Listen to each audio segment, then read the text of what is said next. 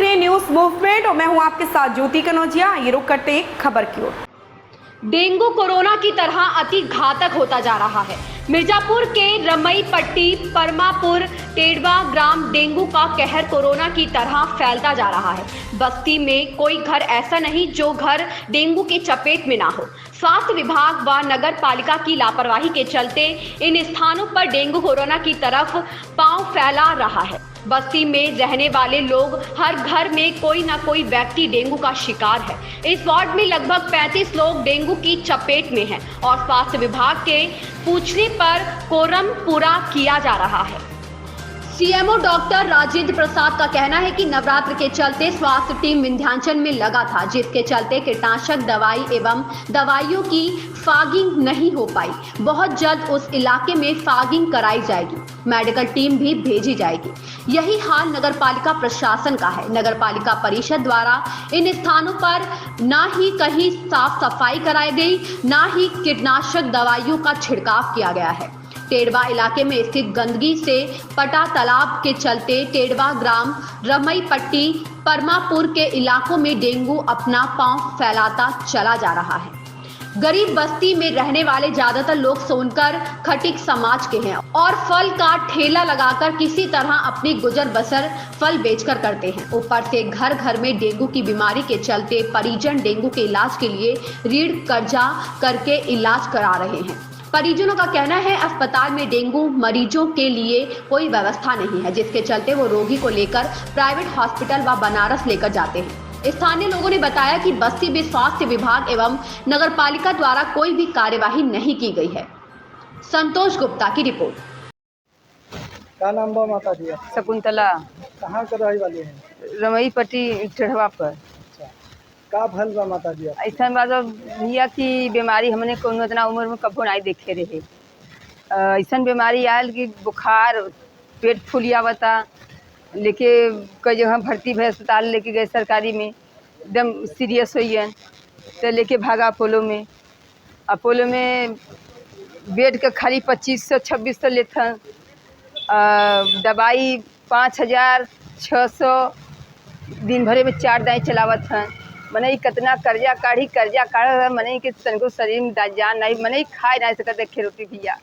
एक बिटिया हो हम बीमार पड़ी बा, पैसा दुकान दवाई के नहीं लेके जा सकत है। 1,80,000 बाप बेटा खाई लगा दे भैया, शरीर तो कोई जान नहीं, कैसे हम मने कर्जा दे? ठेला कमाई से मने पेट चलाएगी, ठेला कर्जा दे भैया।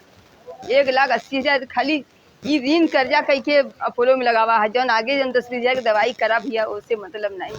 कौन बीमार था क्या? यह मलेरिया टाइफाइड यह सब निकल रहा भैया। किसको हुआ था? वो नहीं जो कगदवा लेके कोरोना की जाना बता देता कि आपके क्या लगते हैं?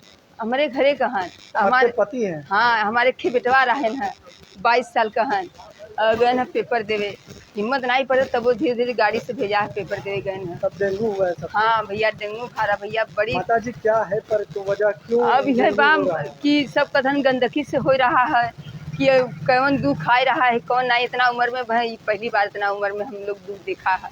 एक घरे में 4-6 प्राणी पड़ा है, पैसा बगैर केहू ले नहीं जा सकता, लड़ जाते हैं, ऋण करते हैं, कर्जा करते हैं, ले जाते हैं।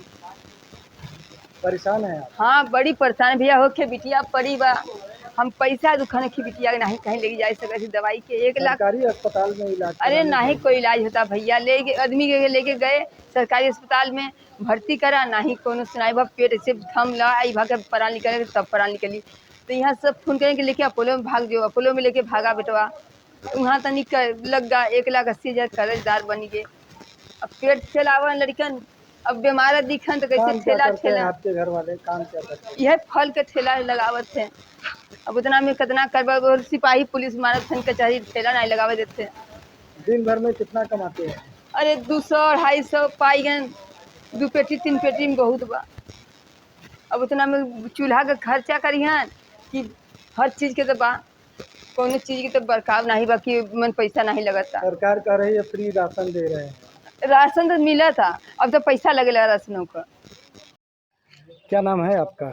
हमारा नाम जितेंद्र कुमार सोनकर। कहाँ के रहने वाले हैं? परमापुर टेढ़वा के। क्या है आप जनप्रतिनिधि हैं? मेरी वाइफ सभासद हैं। तो एक बात बताइए कि आपके मोहल्ले में ज़्यादातर लोग डेंगू की चपेट में है। एक लोगों की मौत भी हो चुकी है आपके मोहल्ले में। जी जी। क्या है, कितने लोग कुल बीमार हैं, क्या है? यहाँ पे हमारे मतलब पूरे मोहल्ले में हमारे हर घर में 10-5 अगर 20 लोग हैं तो 10 लोग 15 लोग बीमार हैं और हर लोग का ट्रीटमेंट चल रहा है। और जिससे कि हमारे यहाँ तालाब है, इस तालाब की गंदगी से हमारे यहाँ सबसे ज़्यादा बीमारी प्रकोप है इसका। अच्छा, तो आपकी वाइफ सभासद हैं जी। और आप तालाब है आपके हाँ। घर के पास में ही है, जी। तो क्या है उसकी साफ सफाई अभी तक क्यों नहीं हो पाई सर? हम लोग 2-3 बार लिख के दिए। लखनऊ में जल वाला नया एक विभाग आया है तो बोले लिख के दे दीजिए, आपका सुंदरीकरण हो जाएगा और उसमें अच्छा तालाब हो जाएगा और सुंदरीकरण हो जाएगा, यहाँ का बीमारी हट जाएगा। तो हमने 2 बार लिख के दिया। फिर हमने आज अध्यक्ष मनोज जायसवाल जी को हमने अभी लिख के नगर पालिका को ईओ साहब को दिया, तो बोले हैं 2 दिन में साफ़ कराएंगे। अभी एक बार अध्यक्ष जी आए थे 3 दिन पहले, वो बोल के गए थे कि हम सफाई करवा देंगे आपके तालाब का। जब अध्यक्ष जी 3 दिन पहले आए थे बोलकर गए थे, हाँ, तो बोले नवरात्र का चल रहा है, उधर सब आदमी लगे हुए हैं। तो आज भी हम कह के आए हैं, अभी अध्यक्ष जी से हम मिल के आ रहे हैं और हम चाह रहे हैं कि भाई हमारे पूरा मोहल्ला के लोग का साफ़ सफाई हो जाए, यहाँ का बेहतर सफाई हो जाए और जो बीमार ना हो। यहाँ सबसे ज़्यादा बीमार लोग हैं हमारे गांव में। मतलब कि आपके मोहल्ले में ज़्यादातर लोग बीमार हैं, हर घर से लोग जी बीमार जी हैं। जी। आपकी पत्नी सभासद हैं, तो क्या आपको ये नहीं लगता कि यहाँ पर डॉक्टरों का कैंप कराकर हर घर से जांच कराई जाए, सबको दवा वितरित कराई जाए? नहीं, हम लोग को तो लग रहा है कि भाई एकदम कराना चाहिए। और सीएमओ साहब से कल मिले थे तो बोले ठीक है भाई, हम करवा दे रहे हैं आपका वहाँ पे कैंप लगा दे रहे हैं आपके यहाँ। 2-3 दिन के बोले कि भाई वहाँ लगा हुआ है बसई में, वहाँ से उसके बाद आपके यहाँ भी लगवा दे रहे हैं। बात हुआ है, लेकिन ये है कि सबसे बड़ा हमारा मुद्दा है कि ये साफ़ सफाई। हमारे तालाब का घास फूस जो जितना है ना, यहाँ 20 पोखरा का कचरा इसमें आता है। पूरे शहर का गंदगी यहाँ से आके तब गंगा में जाता है। यही सबसे बड़ा मुद्दा है। अगर ये सफाई नहीं होगा तो हमारे गांव के लोग का स्थिति ऐसे ही रहेगा। और हम ये चाह रहे हैं कि अगर यहाँ नहीं होगा तो हम अधिकारी महोदय के यहाँ जाएंगे, जिला अधिकारी के यहाँ जाएंगे, हम लोग अपने परिवार को भी लेके जाएंगे और गांव के भी इकट्ठा करके लेके जाएंगे हम लोग। क्या नाम है आपका? कुमारी जी, आप कहाँ के रहने वाली हैं? परमा एक बात बताइए, क्या आप बता रहे हैं? के आदमी की तबीयत इतना हालत साहब खराब था, पतोहू को लेके इतना हमने परेशान रहे, लेके भागी न हुई तो मैंने की जिंदगी चला गवा होते। मैंने खाए खाए बिना मोटा भाव इस मतलब ठेला में 100-150-200 पावत हैं। जो छोटे परिवार हैं, परिवार की चलाई की दवाई करी, सरकारी में ले गए, सरकारी में कोई सुनाया नहीं। वैसे अधिकारी सब कहाँ हैं तो लोग कहे कि पैसा के डर था, 10 रुपया सैकड़े का ब्याज काट ले हमने सुई दवाई कह के आदमी के बचावा, पतोहू को बचावा, बेटवा के बचावा। साहब ऐसे रोई उनसे मांग हमने सुई दवाई कर रहे हैं। एक तो हमने के इतनी परेशानी रही है आई गवा साहब कि हमने साहब इसे मतलब खाए भी हमें रखी हाँ कही किसी कहे जाए कि करी क्या जाए, इतना परिवार बहन पूरे परिवार के बीमार बहन कि करी कि हम मांगे जावे, करी कि मांगे के साहब का कहीं में बड़ी परेशान भाई। पतो होने की 50-60 हज़ार रुपया निकाला, जूठत नन बच्चा ऊपर हैं, मांग तो फिर ठीक सबसे आदमी बीमार हो गए। आदमी के लेके भर्ती भरे वहाँ कहन गिन के लेके नहू के बाग ना नहू की जिंदगी न बचे, नहू बोली सब बंद, बोली सब बदली गया, ले गए के भागे साहब तो जाए के जान बचा। समझ खाली जिंदगी भरी ठठरी भर खड़ा मैंने एक रोटी खाए के मुताबिक इस मत कर कहाँ मनाई जाए, कहाँ मांगे किसी। सरकारी अस्पताल में दवाएं नहीं मिल रही साहब, सरकारी अस्पताल में इतना पतो हो कि पाइप ना दमे की पाइप ले गई कि सुई दवाई से कलटा था, हाय माई हाय बाबू हाय माई हाय 10 रुपया से करे के ब्याज काट दूसरे से ले तो सुई दवाई कर। माता जी, एक बात बताइए कि क्या यहाँ पर जब सब हर एक घर में डेंगू मिल रहा है तो क्या वहाँ यहाँ पर कोई कैंप लगाया गया? कुछ नहीं लगाया, कुछ नहीं साहब, कुछ नहीं, कोई सुनाया नहीं, जांच वगैरह के लिए कैंप कुछ लगा नहीं। कहाँ जांच बा भैया, कहूँ नहीं जांच बवा, कि कहूँ जांच भग सरकारी आयन के हॉस्पिटल के आयन के कोई नेता परेता कोई नहीं लगाया, कोई इलाज भी नहीं। कोई इलाज नहीं, कोई इलाज एक सुनाया नहीं। अब इतना इतना रुपया हमने कहाँ पाई, ठेला है आदमी गरीब आदमी, मैंने रुपया कहाँ पाई, पता रुपया कहाँ कितने पाई। लोग बीमार हैं आपके घर में? अरे हाँ, हम लोग हमारे घरे में से ले के कम से कम नहीं तो 20 लोग, 32 जने पूरे परवर हुए, पूरे परवर जैसे गांव। क्या नाम है? कुंदन कुमार सोनकर, कहाँ के रहने वाले हैं? कजरावा पोखरा पुलिस लाइन के पीछे। क्या हुआ है आपके यहाँ डेंगू के मरीज पाए गए? पिताजी को सबसे पहले डेंगू हुआ था, जिनका स्वरूप रानी में इलाज हुआ। एक आध हफ्ते बाद उनका वहाँ से कोमा में चले गए। कोमा में जाने के बाद उनका देहांत हो गया। इसके बाद उसी स्वरूप रानी में उनकी सेवा करते हुए हमें भी डेंगू पॉजिटिव पाया गया। उसी दौरान हम भी आईसीयू में एडमिट हो गए और 10-15 दिन इलाज कराने के बाद वहाँ से घर वापस आए। फिर हम उसके बाद छोटा भाई डेंगू से पीड़ित पड़ा हुआ है घर में। क्या है बीमारी की वजह, क्या है? बीमारी की वजह यहाँ अगल बगल तमाम तालाब नाले खुले पड़े हुए हैं। कजरावा पोखरा भी घिरा हुआ है, कभी साफ़ सफाई उसकी नहीं होती है। और टेढ़वा पे जो पोखरा है उसके भी चारों तरफ से, दोनों तरफ से नाले मिले गए हैं, लेकिन आपस में वो मिले नहीं हैं, इसलिए शहर का पूरा गंदा पानी इकट्ठा होता है। अगल बगल यहाँ पर कूड़ा काफ़ी इकट्ठा हुआ है। इस सारी वजह से पूरा टेढ़वा ग्रामवासी सारे लोग पीड़ित हैं, सब एकदम व्याकुल परेशान हैं। कोई ऐसा घर नहीं है, कोई ऐसा मकान नहीं है जिसमें 2-4 लोग ना परेशान हों। कोई कहाँ लेके अपने परिजन को परेशान है, कहाँ बच्चे छोटे बूढ़े जवान सभी लोग पीड़ित हैं। हम तो इसमें अपने पिताजी को स्वयं खोए हुए हैं। हर घर से सब लोग पीड़ित है, कोई छोटे डॉक्टर के यहाँ, कोई बड़े डॉक्टर के यहाँ, जो जैसा पा रहा है वैसा ही अपने क्षमता अनुसार एडमिट किया हुआ है। पूरी स्थिति एकदम दयनीय हो चुकी है। और हमारे यहाँ राजेश कुमार सोनकर जी सभासद हैं, जो व्यक्तिगत रूप से शासन प्रशासन से अभी किसी तरह की कोई मदद तो नहीं मिली है, लेकिन फॉगिंग वगैरह और ये सब नाम मात्र के हो रहे हैं जो होने चाहिए। मौत हुई है आपके घर में, तो शासन प्रशासन एंटी लार्वा का छिड़काव कराती है? तो इसके लिए 2 बार आ चुके हैं, उसके लिए आए थे। हमसे उनसे व्यक्तिगत रूप से मुलाकात तो नहीं हुई, लेकिन छिड़काव इधर हुआ था। अभी आपके अगल बगल भी लोग पीड़ित हैं? हाँ, अगल बगल भी पीड़ित हैं। हमारे पीछे ही विकास सोनकर, वो भी पीड़ित हैं। हमारे सामने मौजी सोनकर है, उनकी बहू पीड़ित हैं। राजेश कुमार सभासद जी के छोटे भाई सुभाष सोनकर, वो भी पीड़ित हैं। सभी को डेंगू है? सभी को डेंगू है। काफ़ी खतरनाक स्तर पर आते हैं। एकदम खतरनाक स्तर पे। आपसे बताया तो कि इस पूरे गांव में कोई ऐसा घर नहीं है जो बचा हो, सारे लोग पीड़ित हैं। क्या नाम बताया आपने? कुंदन कुमार सोनकर।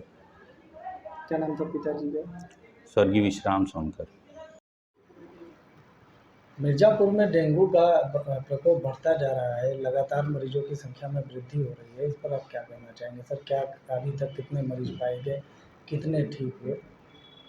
तो अभी तक तो काफ़ी मरीज पाए गए हैं और ठीक होने की संख्या तो बढ़ती जा रही है। और हम लोग जहाँ जहाँ मिल रहा है, पंचमुखी हनुमान मंदिर के पीछे शुक्ला परिवार एक है, वहाँ पे डेंगू फैला है। फिर से टेढ़वा पर भी डेंगू का प्रकोप हमको मिला हुआ है। तो आज मैंने ऑर्डर किया है फॉगिंग वगैरह हो, और ये सीज़न है थोड़ा, इसमें डेंगू का प्रकोप रहता है अक्टूबर तक। और इसमें यही है कि प्रिकॉशन रखना बहुत ज़रूरी है। मच्छरदानी में सोना है, पैर नीचे दिन वाले मच्छर जो पैर जो ज़मीन में आदमी रखे ना, तो उसमें एंटी मॉस्किटो कुछ मतलब उपाय करके रखे, कपड़ा पहन के रहे, और बच्चों को स्पेशली बचाना बहुत ज़रूरी है। अभी तक कुल कितने मरीज पाए गए मिर्ज़ापुर? 67। अच्छा हाँ सर, अभी हम गए थे टेढ़वा। उसी की तो रिपोर्ट अभी हमें मिली है। एक परिवार के 35 लोग बीमार। हाँ, एक परिवार में 35 लोग, वो अगर पूरा कंबाइंड फैमिली है उसमें बीमार है। 35 नहीं, कुछ ज़्यादा है, 40-40 के आसपास है। तो लगभग वहाँ से 100 से 150 की तादाद में लोग बीमार हैं। अभी तक वहाँ पर ना कोई मेडिकल की टीम गई, ना वहाँ पर कोई जांच हुआ, ना कोई वहाँ पर कोई इलाज के लिए दवाएं वितरित की गई। सर क्या है? तो आज से फॉगिंग वहाँ चालू हो जाएगा। आज से फॉगिंग के मैंने ऑर्डर कर दिया है। आज ही मुझे पता लगा है, तो मैंने फॉगिंग के लिए ऑर्डर कर दिया है। आप ही लोगों के द्वारा पता लगा है। आप लोग भाई समाज में आप लोग तो बहुत आप लोगों का सहयोग रहता है। लेकिन सर तो वहाँ पर मेडिकल टीम की जरूरत हाँ, है, घर मेडिकल घर जांच टीम की भी, हाँ, जरूरत है, हाँ, दवा वितरण की हाँ जरूरत जी है। जी, हम आज उनको लगवा देते हैं। ठीक है, अति शीघ्र हम करवाते हैं। ठीक है।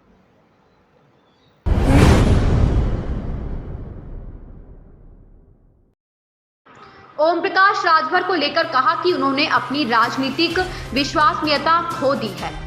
अमर्यादित भाषा का उपयोग करते रहते हैं। भाजपा ने उनको जीरो से हीरो बनाया था, पर उनके पांव एक जगह कहां टिकते हैं। सुबह कहां रहेंगे और शाम को कहां रहेंगे पता नहीं। निषाद पार्टी के राष्ट्रीय अध्यक्ष और प्रदेश सरकार के मत्स्य मंत्री डॉक्टर संजय निषाद ने मंत्री पद संभालने के बाद पहली बार मां विंध्यवासिनी का दर्शन करने विंध्याचल पहुंचे। दर्शन पूजन के बाद मीडिया से बात करते हुए कहा कि 70 साल के शासन में कांग्रेस ने केवल तोड़ने का कार्य किया है, जोड़ने का कार्य तो हम एनडीए वाले कर रहे हैं। बिना किसी भेदभाव की योजनाओं और अनुदानों के द्वारा सभी धर्म और जातियों के विकास का कार्य किया जा रहा है। सच्चर कमेटी की रिपोर्ट कहती है कि सबसे ज्यादा गरीब मुस्लिम है। इन्हें गरीब बनाया किसने? कांग्रेस ने, सपा बसपा ने बनाया और छोड़ दिया। हम तो उन्हें मकान से लेकर अनाज और इलाज की सुविधा दे रहे हैं। ओम प्रकाश राजभर को लेकर कहा कि अमर्यादित भाषाओं का प्रयोग कर उन्होंने अपनी राजनीतिक विश्वसनीयता खो दिया है। वह सुबह कहां रहेंगे, दोपहर कहां रहेंगे और शाम कहां बैठेंगे कोई नहीं जानता है। भाजपा ने उनको जीरो से हीरो बनाया। एनडीए का साथ छोड़ते ही वह कहीं के नहीं रहे। डॉक्टर संजय निषाद ने कहा कि कई साल पहले मां के धाम में आया था और मां के आशीर्वाद से आज लीडर से टीचर बनकर मछुआ समुदाय के लोगों के विकास के लिए उनका प्रतिनिधित्व करते हुए सरकार के साथ मिलकर कार्य कर रहा हूं। 2024 के लोकसभा चुनाव में 80 सीटों पर एनडीए को जीता कर संसद में एक बार फिर सरकार बनाएंगे। निषाद समुदाय के झोआ भर वोट को पोवा पिलाकर उनके ऊपर धब्बा लगाया था, उसे मिटाने का कार्य कर रहा हूं। प्रधानमंत्री का धन्यवाद दूंगा कि उनके द्वारा इस समुदाय को उनका हक दिया गया। संतोष गुप्ता की रिपोर्ट। उद्देश्य से आज आपका आना विंध्याचल और क्या है कार्यक्रम आपका? पहले तो विंध्यवासिनी माँ की कृपा से माननीय सांसद जी, बड़े बेटे हमारे जो डॉक्टर अमित थे, बहुत पहले यहाँ मैंने उन्हें मुंडन संस्कार कराया था और आशीर्वाद लेकर मैं यहाँ से गया था।